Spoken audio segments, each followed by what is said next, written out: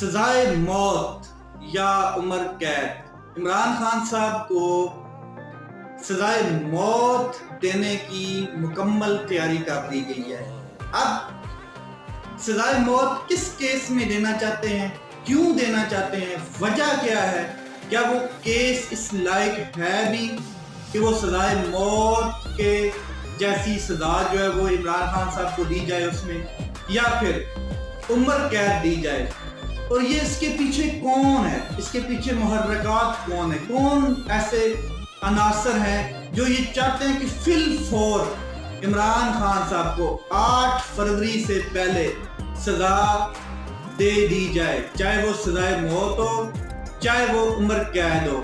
اور یہ جج ابو الحسنات ذوالقرنین صاحب کی عدالت میں اس کیس کو اتنی سپیڈ لگا دی گئی ہے کہ فی الفور لوگوں